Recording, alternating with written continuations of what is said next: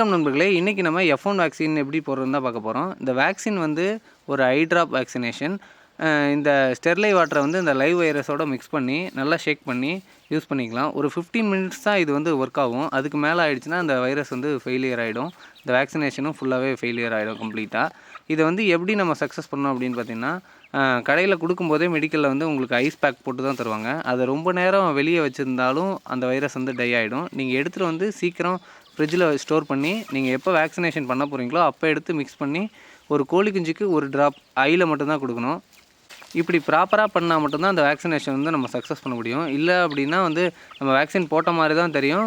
கண்டிப்பாக அந்த ராணிக்கட் நியூ காக்ஸ்டல் டிசீஸுங்கிறது வரத்தான் செய்யும்.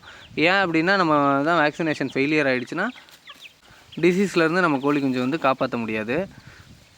வேக்சினேஷன் ப்ராப்பராக பண்ணி முடிச்சதுக்கப்புறம் இந்த வேக்சின் பண்ண எல்லா இன்ஜெக்ஷன் கூட சிரிஞ்சு கூட த்ரோ பண்ணிடுங்க. ஒரு டைம் தான் இது எல்லாத்தையும் யூஸ் பண்ணணும்.